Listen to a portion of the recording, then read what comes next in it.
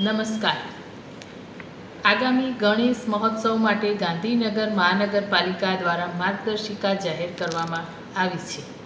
સૌ આયોજકો અને નગરજનોની વિનંતી છે કે પર્યાવરણને અનુસાર ઇકો ફ્રેન્ડલી સામગ્રીનો ઉપયોગ કરવો તેમજ ગાંધીનગર મહાનગરપાલિકા દ્વારા જાહેર કરાયેલ તેમજ માર્ગદર્શિકાનો અમલ કરીને કૃત્રિમ કુંડમાં જ ગણેશ વિસર્જન કરવું.